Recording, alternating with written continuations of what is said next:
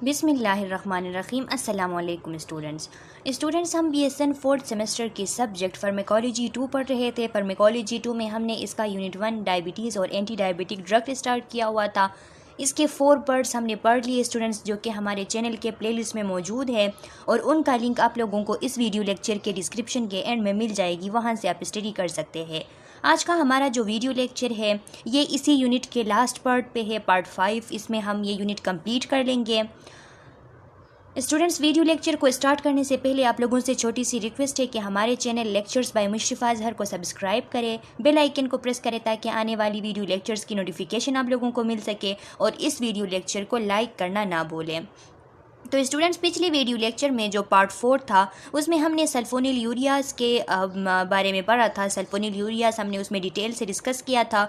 एक स्टूडेंट था जो कह रहा था कि उन्हें सल्फोनिल यूरिया की मैकेनिज़्म ऑफ एक्शन का समझ नहीं आया। तो आज हम इसको रिपीट करते हैं कि सल्फोनिल यूरिया की मैकेनिज़्म ऑफ एक्शन जो है स्टूडेंट्स, इसको अगर हम देख लें तो इसमें कह रहा है, लिखा है स्लाइड में कि sulfonyl ureas bind sulfonyl urea receptor present on ATP sensitive potassium channel inhibiting the efflux of potassium ion causing depolarisation. Students, आप पहले ये समझ लें कि सल्फोनिल यूरियाज जब हम खाते हैं, सल्फोनिल यूरियाज जो कि एंटी डायबिटिक ड्रग है, ये जब हम खाते हैं तो फिर ये जाके हमारे बॉडी में जाके इनके लिए ख़ास रिसेप्टर होते हैं, उन रिसेप्टर के साथ ये बाइंड बना लेते हैं। वो रिसेप्टर कहाँ पे होते हैं? वो रिसेप्टर हमारे बॉडी के अंदर जो बीटा सेल्स है उन पे जो ATP सेंसिटिव पोटाशियम चैनल है उन चैनल पे प्रेजेंट होते हैं। हर सेल के ऊपर ATP सेंसिटिव पोटाशियम चैनल होता है। तो जो बीटा सेल के ATP सेंसिटिव पोटाशियम चैनल है उन पे उनके ऊपर रिसेप्टर्स होते हैं सल्फोनिल यूरिया के। ये जाके उनके साथ बाइंडिंग बना लेते हैं। जब उन चैनल में रिसेप्टर के साथ बाइंडिंग बना लेते हैं तो फिर वहाँ से जो पोटाशियम की इफ्लक्स हो रही थी, पोटाशियम जो सेल के अंदर से बाहर आ रहा था, वो इनहिबिट हो जाता है। जब पोटाशियम की इफ्लक्स इनहिबिट हो जाएगी, पोटाशियम का जो आउटफ्लो है वो इनहिबिट हो जाएगी, तो फिर इसकी वजह से डिपोलराइजेशन होगी। जब डिपोलराइजेशन हो जाएगी तो इसके रिज़ल्ट में कैल्शियम के लिए जो वोल्टेज गेट है वो ओपन हो जाएंगे, कि जो कैल्शियम के वोल्टेज गेट चैनल है वो ओपन हो जाएंगे, जिसके ज़रिए कैल्शियम जो है वो सेल के अंदर चला जाएगा। बाहर से कैल्शियम जो है बीटा सेल के अंदर चला जाएगा। जब ये कैल्शियम बीटा सेल के अंदर चला जाएगा तो वहाँ पे जो इंसुलिन पहले से बनी हुई थी वो इंसुलिन अब रिलीज़ होगी। बस यही मैकेनिज़्म ऑफ एक्शन सल्फोनिल यूरियाज़ का है। यहाँ पे डायग्राम में भी आपको दिखाया गया है कि सल्फोनिल यूरिया के जो रिसेप्टर होते हैं, यहाँ पे आप देख सकते हैं इस साइड में कि सल्फोनिल यूरियाज़ के जो रिसेप्टर है, ये जो बीटा सेल के ऊपर पोटाशियम ATP चैनल होता है, इसके साथ ही इसके अंदर ये रिसेप्टर्स होते हैं। सल्फोनिल यूरिया आके इनके साथ बाइंडिंग बना लेता है तो पोटाशियम जो सेल से बाहर जा रहा था, जो इफ्लक्स हो रही थी पोटाशियम की, वो रुक जाती है, जिसके रिजल्ट में मेम्ब्रेन में डिपोलराइजेशन होती है। जब मेम्ब्रेन में डिपोलराइजेशन होती है तो कैल्शियम के चैनल ओपन हो जाते हैं, वोल्टेज गेटेड चैनल ओपन हो जाते हैं। तो इसकी वजह से बाहर जो एक्स्ट्रा सेलुलर जो कैल्शियम है वो इंसर्ट हो जाती है, इसकी इन्फ्लक्स हो जाती है, सेल के अंदर चला जाता है। जब सेल के अंदर चला जाता है तो ये डायरेक्टली सेल के अंदर जो इंसुलिन है इस पे ये कैल्शियम एक्ट करता है और इंसुलिन की सिक्रीशन करवा देता है। बस यही mechanism of action sulphonyl ureas का है। अच्छा स्टूडेंट्स, आज का जो हमारा वीडियो लेक्चर है उसमें हम मेग्लिटिनाइड्स पढ़ेंगे, जिन्हें हम ग्लिनाइड्स भी कहते हैं। तो यहाँ तक पिछले वीडियो लेक्चर में हमने पढ़ा था, हम आगे इसको कंटिन्यू करके इस वीडियो लेक्चर के साथ इस चैप्टर को ख़त्म करेंगे। तो लिखा है स्टूडेंट्स के मेग्लिटिनाइड्स, जिनको हम ग्लिनाइड्स भी कहते हैं। This class of agent include repaglinide and nateglinide. Glinides are also considered insulin secretagogues. अब ये जो क्लास ऑफ ड्रग है जिन्हें हम मेग्लिटिनाइड्स कहते हैं या फिर ग्लिनाइड्स कहते हैं, इनके जो मेंबर है वो 2 मेंबर है, एक रिपाग्लिनाइड है और दूसरा नेटिग्लिनाइड है। ग्लिनाइड्स जो ड्रग्स है, निपाग्लिनाइड हो गया या नेटाग्लिनाइड हो गया, इनको भी हम सिक्रेटोगॉग्स कहते हैं। क्यों कहते हैं? क्योंकि ये इंसुलिन की सिक्रीशन करवा देते हैं, इस वजह से इनको हम इंसुलिन सिक्रेटोगॉग्स कहते हैं। मैकेनिज्म ऑफ एक्शन अगर इनका हम देख ले तो लिखा है like the sulfonyl ureas the glinide stimulate insulin secretion. जिस तरीके से सल्फोनिल यूरियाज जो ड्रग है वो जिस तरीके से इंसुलिन की सिक्रीशन करवा देते हैं, इंसुलिन की सिक्रीशन को स्टिमुलेट करते हैं, इसी तरह ग्लिनाइड्स भी इंसुलिन की सिक्रीशन को स्टिमुलेट करते हैं। They bind to beta cell, ये भी आके बीटा सेल के साथ बाइंडिंग कर लेते हैं। Closing ATP sensitive potassium channel, जो पोटाशियम का एटीपी सेंसिटिव चैनल होता है वो ये भी उसी तरीके से बंद कर देते हैं उस चैनल को। जब वो चैनल बंद हो जाती है तो डिपोलराइजेशन होती है। डिपोलराइजेशन के बाद कैल्शियम चैनल ओपन हो जाता है, कैल्शियम अंदर चला जाता है सेल के और वहाँ से इंसुलिन की सिक्रीशन करवा देता है। जिस तरीके से सल्फोनिल यूरियाज की मैकेनिज्म ऑफ एक्शन थी, इसी तरीके से इनका भी मैकेनिज्म ऑफ एक्शन है। लिखा है कि पोटाशियम चैनल को जब इनहिबिट करते हैं तो उसके बाद initiating A series of reaction, मुख्तलिफ किस्म के रिएक्शन जो है वो इनिशिएट हो जाते हैं, स्टार्ट हो जाते हैं, result in release of insulin, जिनके बाद क्या होता है, इंसुलिन रिलीज हो जाती है। In contrast to sulfonylurea, the glenide have a rapid onset and a short duration of action. अब उनके बरअक्स सल्फोनिलयूरियाज के बरअक्स ये जो ग्लिनाइड्स है, इनका जो ऑनसेट ऑफ एक्शन है वो भी रैपिड है, यानी ये बहुत जल्द अपना काम स्टार्ट कर लेते हैं और इनकी जो ड्यूरेशन ऑफ एक्शन होती है वो भी शार्ट होती है बनिस्बत सल्फोनिलयूरियाज के। They are particularly effective in early release of insulin that occurs after a meal and are categorized as postprandial glucose regulator.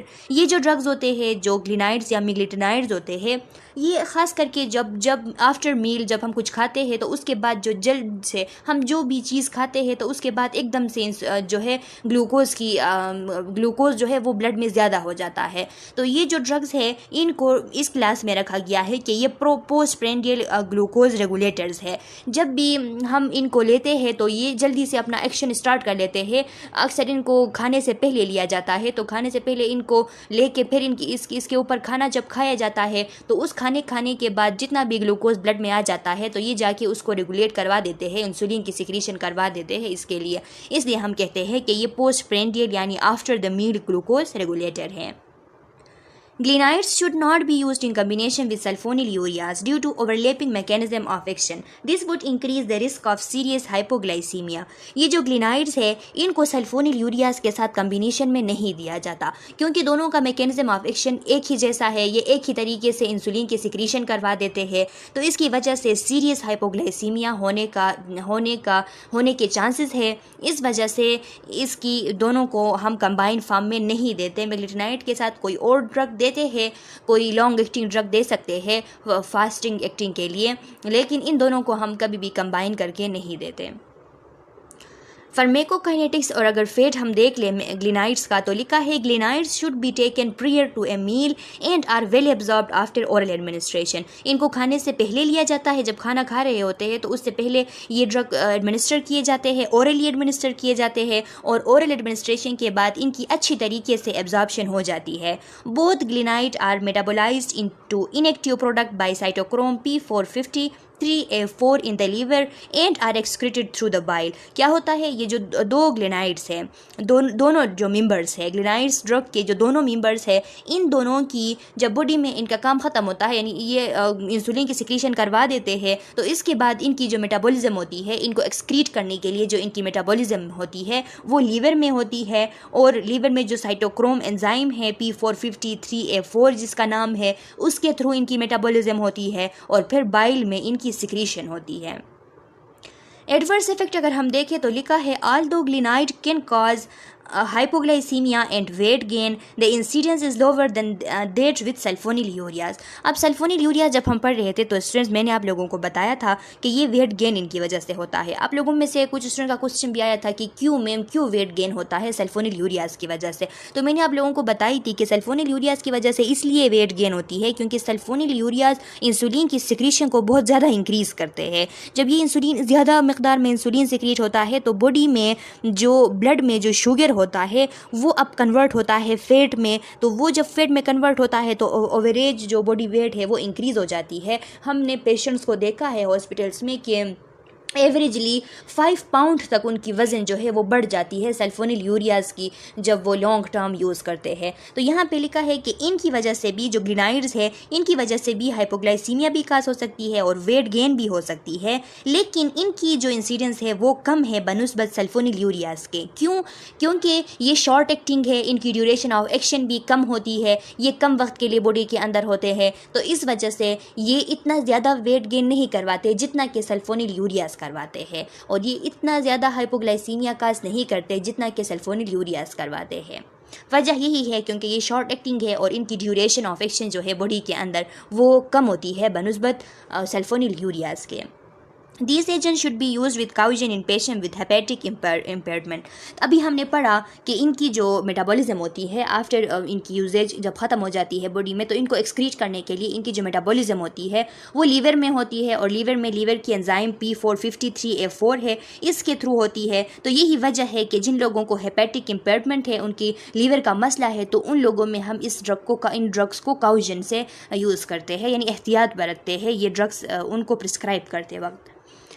बीगुनाइड्स है अब स्टूडेंट, ये दूसरा क्लास है बीगुनाइड्स का, जिनका मेंबर सिर्फ एक ही मेंबर है जो कि मेटफॉर्मिन है। लिखा है metformin the only biguanide is classified as an insulin sensitiser. मेटफॉर्मिन सिर्फ एक ही मेटफॉर्मिन है बीगुनाइड क्लास का, तो ये ऐसे ड्रग्स है जो कि इंसुलिन सेंसिटाइजर है, इंसुलिन को सेंसिटिव बना देते हैं, मोर सेंसिटिव इसको बना देते हैं, और ये टाइप 2 डायबिटीज़ मेलाइटस को अच्छे से ट्रीट करती है। टाइप 2 डायबिटीज़ मेलाइटस को ट्रीट करने के लिए होती है, क्योंकि वहाँ पे जो इंसुलिन रेजिस्टेंस आती है, हमारे सेल्स जो है वो इंसुलिन को रिस्पॉन्स नहीं करवाते, तो ये जब इंसुलिन को ज़्यादा सेंसिटिव बना देते हैं तो फिर अच्छी तरीके से सेल जो है वो इंसुलिन को रिस्पॉन्स शो करते हैं। तो इस वजह से ये टाइप 2 डायबिटीज़ को ट्रीट करने के लिए होते हैं। It increase glucose uptake and use by target tissue. ये क्या करवाता है, ग्लूकोज की अपटेक करवाता है, हमारे टिश्यूज़ के ज़रिए ग्लूकोज की अपटेक करता है, जो ब्लड में ग्लूकोज है उसकी, there by decreasing insulin resistance. इस तरीके से ये इंसुलिन की जो रेजिस्टेंस हो रही है उसको कम कर देता है, उसको रिड्यूस कर देता है। मैकेनिज्म ऑफ एक्शन देख ले। The main mechanism of action of metformin is reduction of hepatic gluconeogenesis. ये पहले क्या करता है, इसका जो मेन मैकेनिज्म ऑफ एक्शन है ये वो है कि जो लीवर में ग्लूकोनियोजेनेसिस होती है, ग्लूकोनियोजेनेसिस यानी जो दूसरे जो प्रोटीन है, जो फैट है, उनसे जो ग्लूकोज बनती है, उनसे उनके ब्रेकडाउन के थ्रू ग्लूकोज बनती है, उसको ये क्या करता है, बंद कर देता है, उसको इनहिबिट करता है। Metformin also slow intestinal absorption of sugar, और जो इंटेस्टीन में शुगर्स की एब्जॉर्प्शन हो रही होती है उसको भी कुछ हद तक स्लो डाउन करता है। And improve insulin sensitivity by increasing peripheral glucose uptake and utilisation. और हमारी पेरिफेरी के जो टिश्यू होते हैं उनसे ग्लूकोज की अपटेक करवाता है और उनसे उसकी यूटिलाइजेशन करवाता है, अपटेक करके इस्तेमाल करवाता है। तो फिर क्या होता है, फिर इंसुलिन की सेंसिटिविटी इम्प्रूव हो जाती है, इंसुलिन सेंसिटिव हो जाता है। और ये जो कंडीशन है हाई ब्लड शुगर का, ये इस तरीके से ट्रीट हो जाती है मेटफॉर्मिन के थ्रू। वेट लॉस में अकर बिकॉज मेटफॉर्मिन का लॉस ऑफ एपेटाइट। अब मेटफॉर्मिन क्या करता है, मेटफॉर्मिन की वजह से वेट लॉस होती है। क्यों वेट लॉस होती है, अब आप लोग ये सोच रहे होंगे कि ये भी इंसुलिन को तो सेंसिटिव बनाता है, और जितना इंसुलिन सेंसिटिव होगा उतना जो है ब्लड से जो ग्लूकोज है वो फैट में कन्वर्ट होगा और ओवरऑल बॉडी वेट इंक्रीज होगी। तो ये बात सही है कि ब्लड में ग्लूकोज जो है वो इंसुलिन जितना सेंसिटिव होगा उतना पेरिफेरी की तरफ जाएगा और वहाँ पे यूटिलाइज होगा। लेकिन ये जो मेटफॉर्मिन है, बिगुनाइड है, ये साथ में क्या करते हैं, साथ में एपिटीट जो है, जो भूख की जो वांटेड होता है, यानी बंदे को जो भूख लगता है उसको ये ख़त्म कर देते हैं। जो लोग मेटफॉर्मिन यूज़ करते हैं उनको भूख नहीं लगता, जब भूख नहीं लगता वो बाहर से खाना जो है इतना ज़्यादा नहीं खाते, जब खाना नहीं खाते तो इस खाना नहीं खाने की वजह से उनकी वेट लॉस हो जाती है। तो इस वजह से लिखा है कि मेटफॉर्मिन की वजह से वेट लॉस होती है।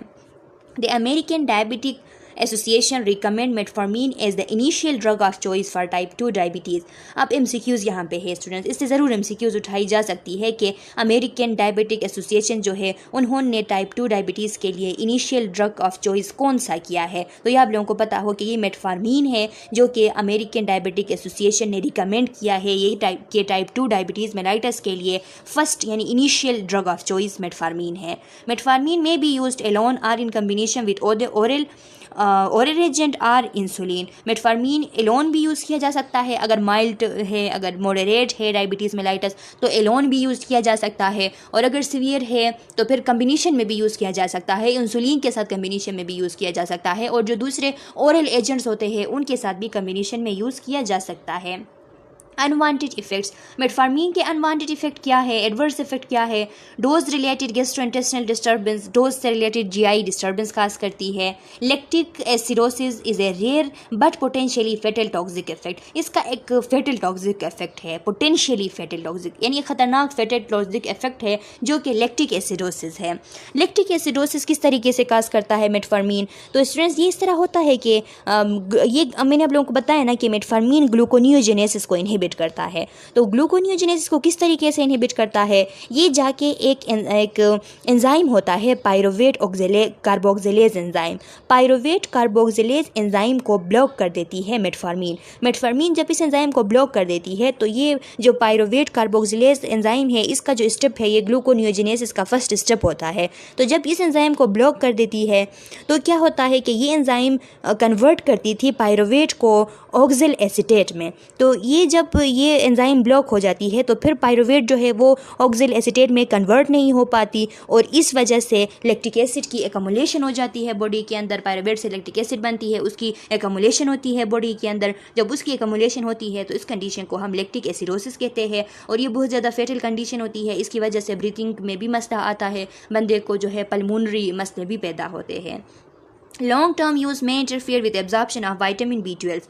हमने पढ़ा था क्योंकि मेटफॉर्मिन एब्जॉर्प्शन को भी कुछ हद तक, जो ग्लूकोज है उसकी एब्जॉर्प्शन को भी कुछ हद तक इंटेस्टाइन में रोकती है। तो जिस तरीके से ये ग्लूकोज की एब्जॉर्प्शन को रोकती है इसी तरीके से विटामिन B12 की एब्जॉर्प्शन को भी रोकती है। तो अगर लॉन्ग टर्म यूज़ किया जाए तो बंदे में विटामिन B12 की डिफिशियंसी का हो सकती है। कंट्राइंडिकेशन को देख ले कि metformin should not be given to the patient. कुछ पेशेंट ऐसे हैं कि जिनको हम मेटफॉर्मिन नहीं दे सकते। वो कौन से पेशेंट है? वो पेशेंट जिनको रीनल फेलियर है उनको नहीं दे सकते, कंट्राइंडिकेटेड है। जिनको हेपेटिक डिजीज़ हो, लीवर डिजीज़ हो उनको नहीं दे सकते।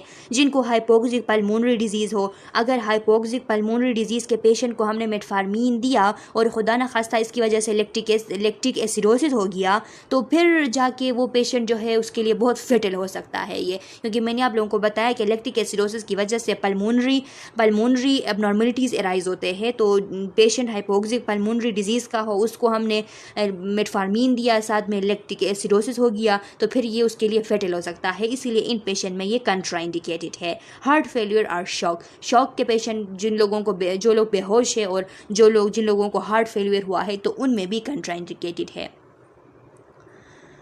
अब स्टूडेंट्स ये एक और क्लास है थायाजोलिडीन डियोन्स। थायाजोलिडीन डियोन्स ये जो जितने भी ड्रग्स है स्टूडेंट्स इनको हम TZDs कहते हैं और आल्सो इंसुलिन सेंसिटाइजर। ये भी इंसुलिन सेंसिटाइजर्स है, ये भी इंसुलिन के रेजिस्टेंस को रोकते हैं। The two member of this class are, इस क्लास के भी टू मेजर मेंबर है जो कि पियोग्लिटेजोन है और रोजीग्लिटेजोन है। ये टू मेंबर्स इस क्लास के हैं। लिखा है आल दो insulin is required for their action. इनके एक्शन के लिए इंसुलिन रिक्वायर होता है। यानी ऐसा नहीं है कि ये जो है अगर इंसुलिन नहीं है तो फिर इनका कोई असर ही नहीं होगा। इंसुलिन मौजूद होना चाहिए तो फिर जाके ये उसको सेंसिटिव करेंगे। The TZDs do not promote it's release. ये इंसुलिन के रिलीज को प्रमोट नहीं कर सकते बीटा सेल्स से। इनको पहले से रिलीज हुई इंसुलिन चाहिए और अगर उसमें उसकी रेजिस्टेंस है तो फिर ये उसको ट्रीट कर सकते हैं। मतलब ये कि ये टाइप 2 डायबिटीज़ के लिए चॉइस ऑफ ड्रग होते हैं। So hyperinsulinaemia is not a risk. तो और फिर इनकी वजह से हाइपर इंसुलिनीमिया भी नहीं हो सकती। यानी ये इंसुलिन की कोई रिलीज़ नहीं करवाते, इस वजह से ये इंसुलिन की जो हाइपर इंसुलिनीमिया है कि इंसुलिन की कंसंट्रेशन बहुत ज़्यादा हो जाती है और हाइपोग्लाइसीमिया होता है तो वो कॉम्प्लिकेशन इनके साथ नहीं हो सकती क्योंकि ये सिर्फ जो मौजूद इंसुलिन है उसको सेंसिटिव कर सकते हैं, इसके अलावा ये कुछ नहीं कर सकते। मैकेनिज्म ऑफ एक्शन देख लें। The TZDs lower insulin resistance by acting as agonist for peroxisome proliferator activator receptor gamma PPAR gamma, a nuclear hormone receptor. ये स्टूडेंट्स इसके बारे में मैंने स्टार्ट में भी इस वीडियो जो पिछले वीडियो लेक्चर थे जब हम क्लासिफिकेशन पढ़ रहे थे उस टाइम इसको मैंने डिटेल से आप लोगों को समझाया था। ये जो PPARY गामा रिसेप्टर है ये एक न्यूक्लियर हार्मोन रिसेप्टर होता है। अब जब हम TZDs देते हैं तो फिर ये एज एगोनिस्ट इस जो रिसेप्टर है इसके साथ बाइंडिंग बना लेते हैं। जब इसके साथ बाइंडिंग बना लेते हैं तो फिर क्या होता है, इसको एक्टिवेट कर देते हैं। जब इसकी एक्टिवेशन हो जाती है तो उसके बाद क्या होता है, लिखा है activation of PPAR gamma regulate the transcription of several gene with product that are important in insulin signaling, resulting in increased insulin sensitivity in adipose tissue, liver and skeletal muscle। जब PPAR गामा रिसेप्टर्स की activation हो जाती है तो इनकी वजह से ये क्या करते हैं, मुख्तलिफ़ किस्म के जो जीन्स है उनमें ऐसे ट्रांसक्रिप्शंस को इस तरीके से रेगुलेट करते हैं, उसमें ऐसे प्रोडक्ट्स ये रेगुलेट कर देते हैं, ऐसे प्रोडक्ट्स उसमें पैदा कर देते हैं कि जो इंसुलिन के सिग्नलिंग के लिए इम्पोर्टेंट होते हैं, जिन प्रोडक्ट की वजह से यानी कि आप लोग ये समझ लें कि जीन में ऐसे चेंजेस लाते हैं, ये ड्रग्स जीन के ट्रांसक्रिप्शन की जो प्रोसेस हो रही होती है उसको इस तरीके से रेगुलेट करते हैं, उसमें ऐसे चेंजेस लाते हैं कि जिन चेंजेस की वजह से इंसुलिन मोर सेंसिटिव हो जाता है। इंसुलिन के लिए जो इम्पोर्टेंट सिग्नलिंग मॉलिक्यूल्स है, सिग्नलिंग प्रोडक्ट्स है, वो बन जाते हैं, जिनकी वजह से इंसुलिन की सेंसिटिविटी एडिपोज टिश्यू में, लीवर में, स्केलेटल मसल में इंक्रीज़ हो जाती है। और जब इंक्रीज़ हो जाती है तो ये जो रेजिस्टेंट बनी थी सेल में इंसुलिन के लिए, ये ख़त्म हो जाती है और इंसुलिन अपना काम सही तरीके से करती है। ब्लड से जो ग्लूकोज है उसकी अपटेक होती है लीवर में, एडिपोज टिश्यू में, स्केलेटल मसल में, और फिर ये कंडीशन जो है इस तरीके से ट्रीट हो जाती है। अब इनके थायाजोलिडीन डियोन्स जो ड्रग्स है, इनके साइड इफ़ेक्ट्स क्या है, इनके अनवांटेड इफ़ेक्ट क्या है, तो वेट गेन इनकी वजह से हो सकती है क्योंकि ये जो है बंदा इनके साथ खाना भी अच्छी तरीके से खा लेता है और साथ में जो है इंसुलिन भी ज़्यादा सेंसिटिव हो जाता है, तो इस वजह से वेट गेन होती है। और फ्लूइड रिटेंशन इनकी वजह से हो सकती है। इसके अलावा हेडेक हो सकती है, फटीक हो सकती है, किडनी प्रॉब्लम काज करते हैं, इस वजह से फ्लूइड रिटेंशन होती है। गैस्ट्रोइंटेस्टिनल डिस्टर्बेंस भी काज कर सकते हैं। अब है स्टूडेंट्स अल्फ़ा ग्लूकोसिडेज इनहिबिटर्स। ये भी एक क्लास है एंटी डायबिटिक ड्रग्स का, जिनका हमने स्टार्ट में भी क्लासिफिकेशन में भी मैकेनिज्म ऑफ एक्शन डिस्कस किया था। इनके जो मेंबर है वो 2 मेंबर है इनके भी, एकार्बोस एंड मिग्लिटोल। एकार्बोस और miglitol are oral agent use for treatment of type 2 diabetes. Acarbose और मिग्लिटोल जो है ये भी ओरल एजेंट्स होते हैं जो कि टाइप 2 डायबिटीज़ के ट्रीटमेंट के लिए यूज़ होते हैं। इनका मैकेनिज्म ऑफ एक्शन देख लें।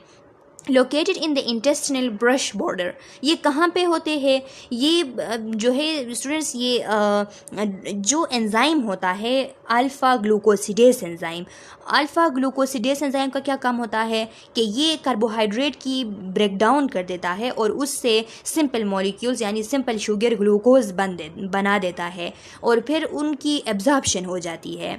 तो ये अल्फ़ा ऑक्सीडेस कहाँ मौजूद होता है, ये हमारे इंटेस्टीन के ब्रश बॉर्डर में मौजूद होता है। ब्रश बॉर्डर कहाँ, कौन से किसे कहते हैं हम, जहाँ पे जो विलाई कवर सरफेस होती है ना, जो छोटे छोटे विलाई होते हैं फिंगर लाइक प्रोजेक्शन इंटेस्टीन में, और जो कि विलाई के ज़रिए कवर हुआ जो सरफेस होता है स्मॉल इंटेस्टीन का, इसको हम कहते हैं कि ये ब्रश बॉर्डर होता है स्मॉल इंटेस्टीन का। तो इस एरिया में ये अल्फ़ा ग्लूकोसिडेज एंजाइम मौजूद होते हैं जो कि कार्बोहाइड्रेट की ब्रेक डाउन करते हैं। इस ब्रेक डाउन से ग्लूकोज और दूसरे सिंपल शुगर बनते हैं और फिर उनकी एब्जॉर्प्शन हो जाती है। तो एकार्बोस और मिग्लिटोल क्या करते हैं, acarbose and miglitol reversibly inhibit alpha glucosidase enzyme. ये कुछ वक्त के लिए यानी रिवर्सिबली इनहिबिट करते हैं अल्फ़ा ग्लूकोसिडेज एंजाइम को। तो अल्फ़ा ग्लूकोसिडेज एंजाइम अगर इनहिबिट होगी तो फिर कार्बोहाइड्रेट की ब्रेक डाउन नहीं होगी, सिंपल शुगर नहीं बनेंगे तो इनकी एब्जॉर्प्शन नहीं होगी और इस तरीके से आफ्टर द मील जो ग्लूकोज बनती है ब्लड में आ जाती है, इसको हम रोक सकते हैं इन ड्रग्स के through. When take at start of meal, जब इनको कुछ खाने से पहले लिया जाता है, this drug delay digestion of carbohydrate, तो इनकी वजह से कार्बोहाइड्रेट की डाइजेशन जो है वो डिले हो जाती है, resulting in lower postprandial glucose level. उसके रिजल्ट में खाने के बाद जो ग्लूकोज की लेवल होती है वो डिक्रीज हो जाती है।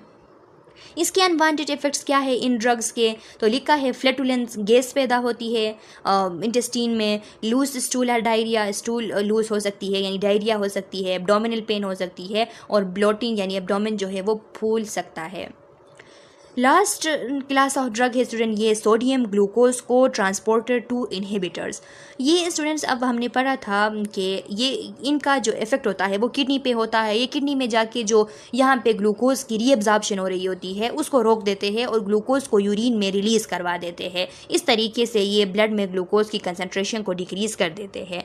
तो ये कि अब इनके बारे में यहाँ पे लिखा है सोडियम ग्लूकोज को transporter 2 SGLT2 inhibitors are new class of diabetic medication indicated only for the treatment of type 2 diabetes। ये जो ड्रग्स होते हैं SGL2 ये new class of diabetic medications हैं, एंटी डायबिटिक मेडिकेशंस हैं। ये हम टाइप 2 डायबिटीज़ को ट्रीट करने के लिए देते हैं। इनमें क्या होता है केनाग्लिफ्लोजीन और डेपाग्लिफ्लोजीन। स्टूडेंट्स केनाग्लिफ्लोजीन डेपाग्लिफ्लोजीन ये 2 मेंबर्स है इस क्लास के। इनका मैकेनिज्म ऑफ एक्शन क्या है? मैकेनिज्म ऑफ एक्शन इनका ये होता है कि बाय इनहिबिटिंग SGLT2 ये जो सोडियम ग्लूकोज को ट्रांसपोर्टर 2 है स्टूडेंट, इसका काम ये होता है कि ये किडनी से ग्लूकोज की रीअब्जॉर्प्शन करवा देते हैं, उसको यूरिन में जाने नहीं देते, उसकी रीअब्जॉर्प्शन करके ब्लड में ले जाते हैं। तो अब ये इनहिबिटर्स ड्रग हम देंगे तो ये जाके इस जो ट्रांसपोर्टर है सोडियम ग्लूकोज को ट्रांसपोर्टर 2 है इसको इनहिबिट करेंगे। तो फिर क्या होगा केनाग्लिफ्लोजीन डेपाग्लिफ्लोजीन डिक्रीज रीअब्जॉर्प्शन ऑफ ग्लूकोज, इसको इनहिबिट करके ये 2 ड्रग्स जो है केनाग्लिफ्लोजीन और डेपाग्लिफ्लोजीन ये दोनों क्या करते हैं ग्लूकोज की जो रीअब्जॉर्प्शन है उसको डिक्रीज कर देते हैं। Increase urinary glucose excretion, urine में ग्लूकोज की एक्सक्रीशन को इंक्रीज करवा देते हैं एंड लोअर ब्लड ग्लूकोज, इस तरीके से ब्लड ग्लूकोज को लो कर देते हैं। यहाँ पे देख ले स्टूडेंट्स के जो इनहिबिटर्स कहाँ, ये जो सोडियम ग्लूकोज जो इनहिबिटर्स है, ये जो ड्रग्स है SGL2 इनहिबिटर ड्रग्स है, इनकी साइट ऑफ एक्शन कहाँ होती है? इनकी साइट ऑफ एक्शन जो है वो यहाँ पे जो S1 सेगमेंट है प्रोक्सिमल ट्यूब्यूल का यहाँ पे, और दूसरा जो डिस्टल ट्यूब्यूल होता है इसके सेगमेंट पे। तो इन दोनों सेगमेंट पे इनका काम होता है यहाँ पे एक्ट करके यहाँ से रीअब्जॉर्प्शन को रोकते हैं। जो प्रोक्सिमल ट्यूब्यूल है, प्रोक्सिमल ट्यूब्यूल का जो ये फर्स्ट वाला सेगमेंट है इससे 90% ग्लूकोज की रीअब्जॉर्प्शन हो रही होती है नॉर्मली, और जो सेगमेंट 2 है इससे 10% रीअब्जॉर्प्शन हो रही होती है। तो हम जब SGL2 इनहिबिटर्स देते हैं तो वो इन एरिया पे आके दोनों जगहों से रीअब्जॉर्प्शन को ब्लॉक कर देते हैं। जैसे इस डायग्राम में यहाँ पे बताया है स्टूडेंट्स के ये जो 2 यहाँ पे आप देख ले किस तरीके से ग्लूकोज की रीअब्जॉर्प्शन हो रही है। जब भी यहाँ पे आ जाता है ब्लड तो यहाँ पे ग्लूकोज यूरिन से ग्लूकोज जो है वो रीअब्जॉर्ब होके जो यूरिन बन रही होती है इस प्रोसेस से ग्लूकोज रीअब्जॉर्ब होके वापस ब्लड में चली जाती है। तो ये किस वजह से होता है? क्योंकि ये को ट्रांसपोर्टर यहाँ पे मौजूद होता है सोडियम ग्लूकोज को ट्रांसपोर्टर 2, इसकी वजह से ये रीअब्जॉर्प्शन होती है 2 एरियाज़ में, प्रोक्सिमल कल्मोनरी ट्यूब्यूल के 2 जगहों में, सेगमेंट 1 और सेगमेंट 2 में। तो यहाँ पे सेगमेंट 1 में भी और 2 में भी आके ये ड्रग्स जब हम देते हैं इनहिबिटर्स तो ये आके सोडियम ग्लूकोज को ट्रांसपोर्टर 2 को दोनों जगहों से इनहिबिट करते हैं। जब दोनों जगहों से इनहिबिट करते हैं तो फिर जाके ये ग्लूकोज की जो रीअब्जॉर्प्शन है इसको ब्लॉक कर देते हैं और यूरिन में ग्लूकोज की एक्सक्रीशन करवा देते हैं। इस तरीके से ब्लड ग्लूकोज लेवल कम हो जाती है। इनके एडवर्स इफेक्ट क्या है? Genital mycotic infection, candidiasis, genital mycotic infection हो सकते हैं, यूरिनरी ट्रैक इन्फेक्शन हो सकते हैं। ये इसलिए होता है क्योंकि ग्लूकोज की सिक्रीशन हो रही होती है यूरिन से। तो आप लोगों को पता है कि ग्लूकोज जो है वो एक मेजर ग्रोथ सोर्स होता है किसी भी जार्म्स के लिए, चाहे वो बैक्टीरिया हो, फंगस हो। तो इसलिए इन ड्रग के यूजेज की वजह से ये जब ग्लूकोज की एक्सक्रीशन होती है यूरिन में तो बंदा जो है फ्रिक्वेंटली यूरिनेशन करता है, बार बार टॉयलेट यूज़ करता है, तो इस वजह से ये इन्फेक्शन हो जाते हैं, कैंडाइडेसिस भी और यूरिनरी ट्रैक इन्फेक्शंस भी बैक्टीरिया की वजह से। ऑस्मोटिक डायूरेसिस है, यानी यूरिन में एक्सक्रीशन होती है ग्लूकोज की, तो इसलिए कह रहा है कि ऑस्मोटिक डायूरेसिस होती है। यूरिनरी फ्रीक्वेंसी इंक्रीज होती है, बार बार यूरिनेशन महसूस होती है। हाइपोटेंशन होता है क्योंकि डिहाइड्रेशन होती है बार बार यूरिनेशन की वजह से, इसलिए।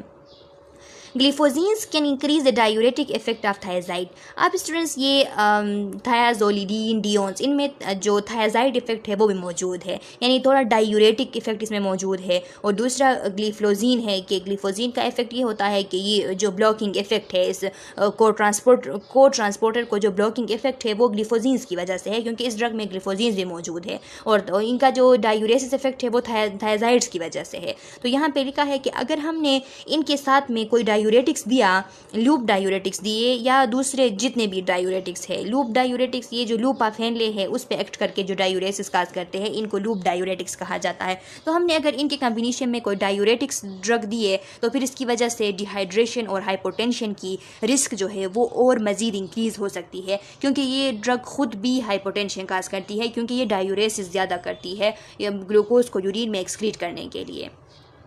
Principles of treatment with anti hyperglycaemic agents, कुछ ऐसे उसूल है जो कि हमने फॉलो करने हैं अगर हम एंटी हाइपरग्लाइसेमिक एजेंट्स किसी पेशेंट को दे रहे हो। तो वो क्या है?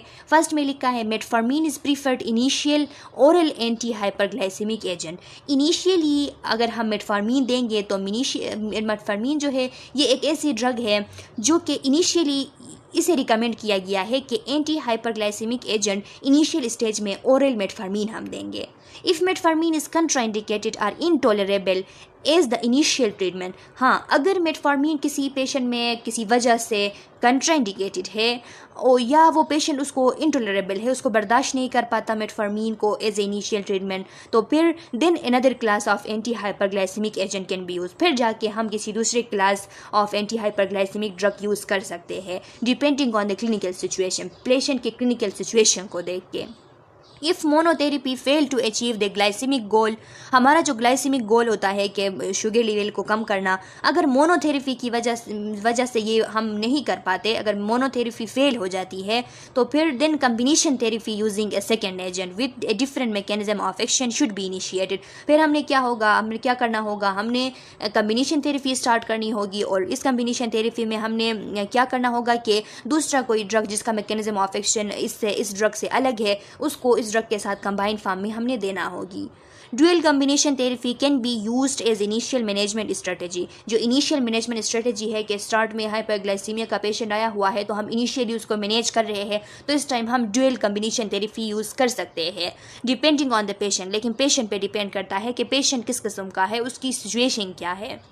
Although the maximal dosage of single oral agent may be prescribed, early initial of combination therapy is suitable after considering the glucose lowering efficacy and side effect of the drug. Start में हम किसी भी drug का oral agent का इस तरह prescribe करते हैं कि स्टार्ट में एक ही ओरल एजेंट जो है मैक्सिमम डोज में दे देते हैं, फिर उससे कुछ हद तक कंट्रोल हो जाती है तो उसके बाद हम कम्बिनेशन थेरेपी स्टार्ट कर लेते हैं। और कम्बिनेशन थेरेपी में हम ये देखते हैं कि जिन ड्रग्स को हम कम्बिनेशन थेरेपी में पेशेंट को देने वाले हैं तो उन ड्रग्स का जो ग्लूकोज की लोवरिंग एफिकेसी है वो कितनी है और उनकी साइड इफ़ेक्ट कैसी है। तो इन चीज़ों को हम माइंड में रख के फिर ड्रग जो है वो प्रिस्क्राइब करते हैं। ड्रग तो स्टूडेंट्स खैर है हम प्रिस्क्राइब नहीं करते बल्कि ये डॉक्टर्स प्रिस्क्राइब करते हैं, लेकिन हमने ये चीज़ें इसलिए पढ़ना है, हम ये इसलिए पढ़ते हैं क्योंकि कभी कभार इस तरह हो सकता है कि हमसे इन चीज़ों में गलती हो सकती है उस ड्रग को एडमिनिस्टर करते वक्त। कभी कभी राइटिंग में गलती हो सकती है, कभी हॉस्पिटल्स में जब आप क्लिनिकल पे जाएंगे तो इस तरह भी होता है कि जो आपको प्रिस्क्रिप्शन लेटर दिया होता है उसमें कभी कभी गलत लिखा होता है, कभी जहन से निकल जाता है, इंसान है, कभी गलत लिखा होता है। तो अगर आपको पता हो कि यहाँ पे आपने पढ़ा है कि इनको इस तरीके से देना है तो आप इस पे क्रिटिकल थिंकिंग के थ्रू पूछ सकते हैं डॉक्टर से कि ये जो है इसमें गलती हुई है या ये क्यों इस तरह लिखा हुआ है। तो आपको ये एजुकेशन इसलिए मिल रही है क्योंकि आप लोग ये ड्रग्स जो है इनके बारे में अगर सही आपको इन्फॉर्मेशन होगी तो आपसे कभी गलती नहीं होगी, और आपसे कभी गलती नहीं होगी तो फिर आपके जो पेशेंट्स है तो वो पेशेंट जो है सही तरीके से आप उनको ट्रीट कर सकेंगे, उनकी जो ज़िंदगी होती है उसको आप सही तरीके से आप बचा सकेंगे, आपकी वजह से उनको कोई नुकसान उठाना नहीं पड़ेगा। इसलिए ये चीज़ें जो है आपको पढ़ाई जाती है। इसलिए आपने ध्यान से इनको जब आप पढ़ रहे स्टूडेंट तो मेरी एक एडवाइस हमेशा याद रखें कि आप पेपर पास करने के लिए नहीं पढ़ा करें, आप अपने फ्यूचर को सिक्योर करने के लिए और आप जो है आगे जाके सही तरीके से एक सही तरीके का नर्स बनने के लिए, जो प्रोफेशनल नर्स होती है इस तरीके का नर्स बनने के लिए आप ये चीज़ें स्टडी करें, आप इनको याद रखें कि आपसे क्या कह रहा है आपकी थ्योरी में। तो इसलिए ये चीज़ें आपको बता रहा है कि ऐसे ड्रग्स अगर आपके सामने आ गए तो आप पहचान सको, आप जान सको कि ये हम क्यों दे रहे हैं और ये कम्बिनेशन थेरेपी जो आप पेशेंट को एडमिनिस्टर कर रहे हो क्या ये ठीक भी है जो आप पेशेंट को बता रहे हो। तो लिखा है फिर कि When selecting a class of anti-hyperglycemic agent for combination therapy, अगर combination therapy के लिए कोई anti-hyperglycemic drug select करना हो, the glucose lowering efficacy, risk of hypoglycemia, body weight gain and cardiovascular benefit associated with the drug are preferentially considered. तो फिर आपने क्या करना है, आपने ग्लूकोज लोवरिंग इफिकेसी को देखना है कि कोई ऐसे ड्रग तो हम नहीं दे रहे हैं जिसकी इफिकेसी ग्लूकोज को लोवर करने के लिए बहुत ज़्यादा है, जिसकी वजह से ग्लूकोज जो है बहुत ज़्यादा तौर पर इसकी इफिकेसी है, या फिर रिस्क ऑफ हाइपोग्लाइसीमिया जो है वो बहुत ज़्यादा है इस ड्रग के साथ के हाइपोग्लाइसीमिया बहुत ज़्यादा काज करती है।